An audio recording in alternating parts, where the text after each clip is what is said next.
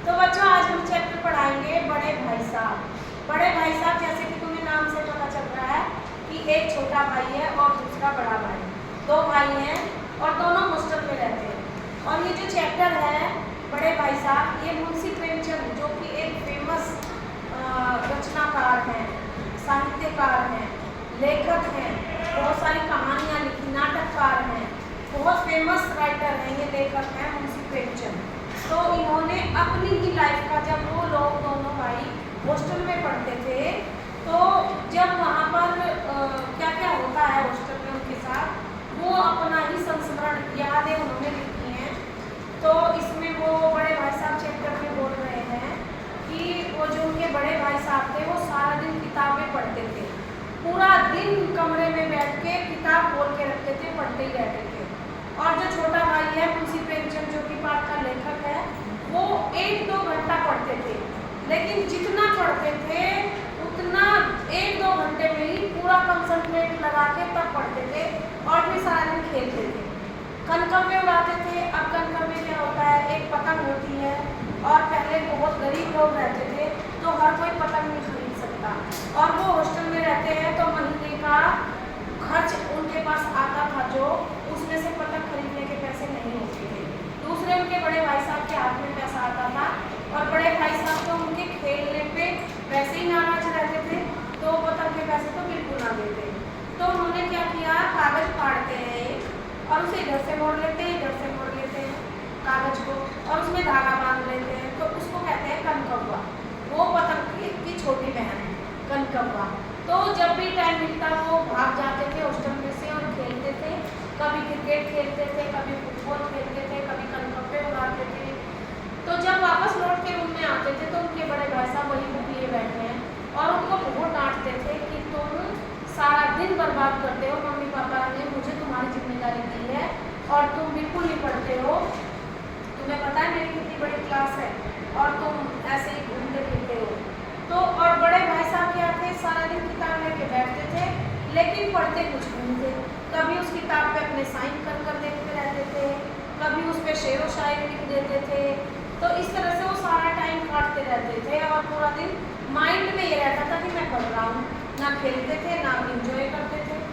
और जो लेखक है मुंशी प्रेमचंद जी, वो पढ़ते भी थे और इंजॉय भी करते थे और क्लास में प्रथम आते थे, और बड़े भाई साहब फेल हो जाते थे।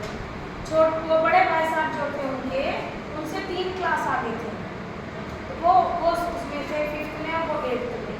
तो वो फेल हुए तो वो 6th में आ गए और वो 8th में गए। अगले साल फिर से यही हुआ, वो खेलते रहे, डांट खाते रहे। उन्होंने भैया डांट रहे हैं, बड़े भाई हैं, तो हमारी संस्कृति है कि हमें अपने बड़ों के सामने उल्टा नहीं बोलना है। भले ही भैया फेल हो गए हैं लेकिन वो उल्टा बोल के ये नहीं कह सकते कि हाँ बस रहने दो भाषण देने को, तुम तो फेल हो गए, मुझे बताते हो कि खेलो नहीं। ऐसा नहीं कहते थे, वो रेस्पेक्ट करते थे तो चुपचाप निकल जाते थे, लेकिन रुकते भी नहीं थे, खेलते रहते थे। तो अगला साल फिर आया और बड़े भाई साहब का फिर वही रवैया, किताब लेके पूरा पूरा दिन बैठे हैं और वो छोटे भाई वो डांट भी खा रहे हैं, खेल भी रहे हैं, पढ़ भी रहे हैं। तो वो फिर से पास हो गए और कक्षा में फर्स्ट आए और बड़े भाई साहब फिर फेल हो गए। इस तरह से उसने कहा बड़े भाई साहब ने कि अभी तुम छोटी क्लास में हो, बड़ी क्लास में आना, मेरे पास देखना कितना वर्क है। जैसे अभी कहते हैं कि 8th में से जब 9th में आते हैं कि भाई 9th क्लास में देखो कितना वर्क है। तो इस तरह से अगले साल फिर वो फेल हुए और फिर वो फर्स्ट आए।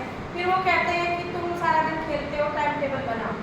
तो बट छोटे भाई ने, मुंशी प्रेमचंद ने टाइम टेबल बना लिया, लेकिन वो कभी फॉलो नहीं कर पाए उस टाइम टेबल को, क्योंकि खेलने के टाइम भाग जाते थे और फिर पढ़ते थे आके, तो जितना टाइम पढ़ते थे उतना ध्यान लगा के पढ़ते थे और उसी से फर्स्ट आ जाते थे।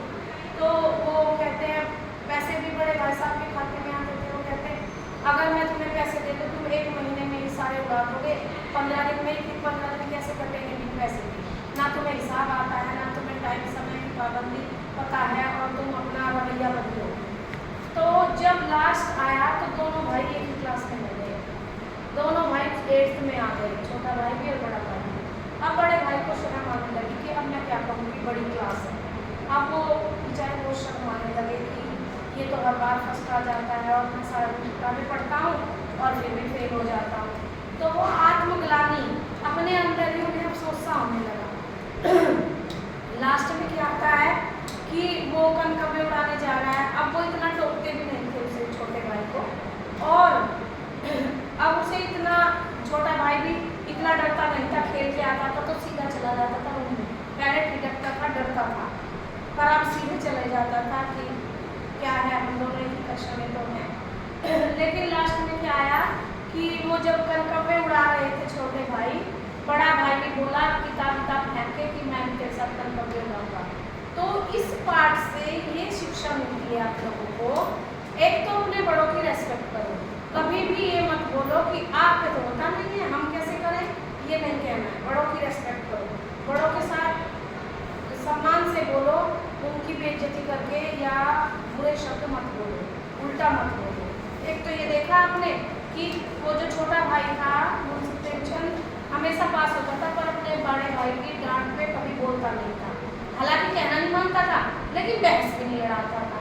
दूसरी शिक्षा इसमें ये मिलती है कि हम लोगों को जो काम करना है वो बहुत मन लगा के करना है, और वो काम जितने टाइम में करना है, 2 घंटे पढ़ना है तो ऐसा पढ़ना है कि फिर दुनियादारी का नहीं पता, मैं हूँ और मेरी भूख है, ना फिर फोन है, ना फिर आना जाना है, ना भूख है, ना प्यास है, ना वॉशरूम है, कुछ नहीं, बस 2 घंटे वो पढ़ना है।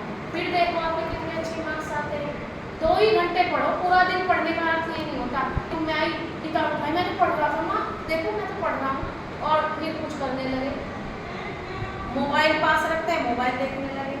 तो बेटा सब मोबाइल भी देखो, खेलो भी, कूदो भी, और अपने दोस्तों के साथ एंजॉय भी करो, लेकिन जितना खेलने में मन लगाते हो उतने ही मन लगाकर पढ़ाई करो, वर्क करो, तो आप अपनी लाइफ में सक्सेस हो जाओगे। ये 2 शिक्षा इस पार्ट से